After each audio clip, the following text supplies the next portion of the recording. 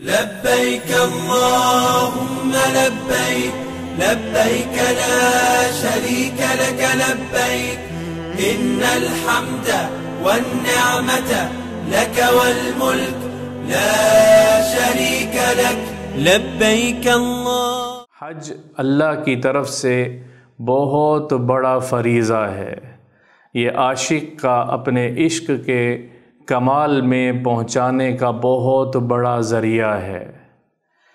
عقلی دلائل حج کے لیے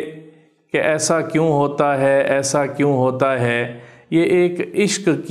ایک عاشق کا اپنے عشق پہ پہنچنے کا ایک فریضہ ہے۔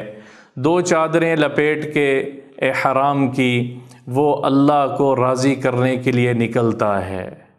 میرا رب کہتا ہے وَلِلَّهِ عَلَى النَّاسِ حِجُّ الْبَيْتِ مَنِ اسْتَطَاعَ إِلَيْهِ سَبِيلًا، جو جن پر حج فرض ہے، جو اس کی استطاعت رکھیں، ان پر حج فرض ہے، وہ حج کے لیے نکلیں۔ اور حضور اکرم صلی اللہ تعالیٰ علیہ وسلم نے فرمایا کہ حج کی الحج المبرور لیس لہ الجزاء الا الجنہ، بخاری اور مسلم کی روایت ہے کہ حج جو اللہ کے ہاں قبول ہو جائے، جنت کے علاوہ اس کی کوئی جزا ہو ہی نہیں سکتی۔ حج کرنے والے کے لیے جنت اس کا انتظار کر رہی ہے۔ اور حضور اکرم صلی اللہ تعالیٰ علیہ وسلم کی روایت ہے کہ جس نے حج کیا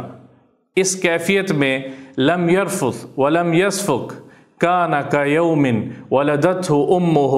جس نے حج کیا نہ اس میں کوئی بد کلامی کی، نہ اس میں کوئی برا کام کیا، نظروں کی حفاظت کرتے ہوئے، زبان کی حفاظت کرتے ہوئے اس نے اپنا حج مکمل کیا۔ بخاری اور مسلم کی یہ بھی روایت ہے، وہ ایسا ہے گویا آج اپنے ماں کے پیٹ سے نکلا ہو،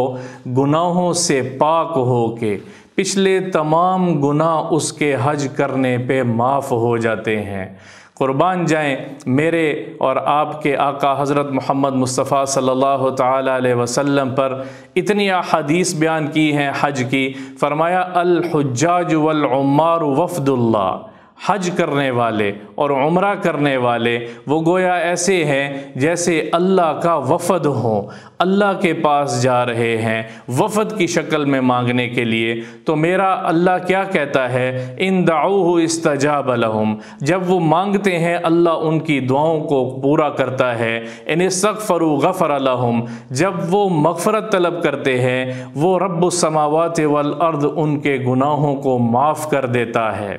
ان کے تمام گناہ معاف کر دیے جاتے ہیں۔ کس پر؟ کہ وہ اللہ کی محبت میں، وہ اللہ کے عشق میں حج کرنے کے لیے نکلے ہیں، حج پر آئے ہیں۔ جب حاجی احرام باندھتا ہے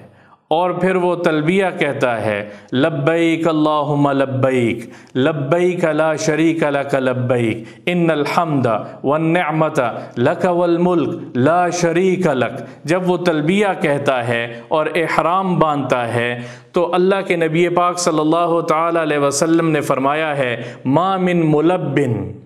کوئی تلبیہ کہنے والا ایسا نہیں ہے کہ جب وہ تلبیہ کہے اس کے ساتھ حجر اور شجر، اس کے ساتھ پتھر اور پہاڑ، اس کے ساتھ ہر درخت اور درخت کے پتے بھی تلبیہ کہنے میں شامل ہوتے ہیں۔ لبیک اللہم لبیک، میں حاضر ہوں میرے رب، میں آ گیا میرے اللہ، لبیک، میں اپنی ساری کوتاہیوں کے ساتھ تیرے پاس آ گیا ہوں، میں اپنی سارے عزیز و اقارب کو چھوڑ کے دل کی تمام محبتوں کو نکال کے تیرے پاس آ گیا ہوں، میں حاضر ہوں لبیک اللہم لبیک، میں حاضر ہوں، میں تیرے پاس آیا ہوں، لبیک لا شریک لک لبیک، میں حاضر ہوں، تجھ جیسا اور کوئی نہیں ہے، تیرا کوئی شریک نہیں ہے، ان الحمد، تمام تعریفیں تیرے لیے ہیں، والنعمت، تمام کی تمام نعمتیں اور تعریفیں وہ تیری طرف سے ہیں اور تیرے لیے ہیں،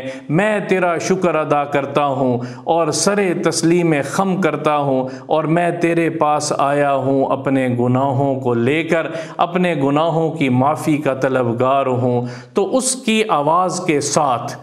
تلبیہ کہنے والے کی آواز کے ساتھ شجر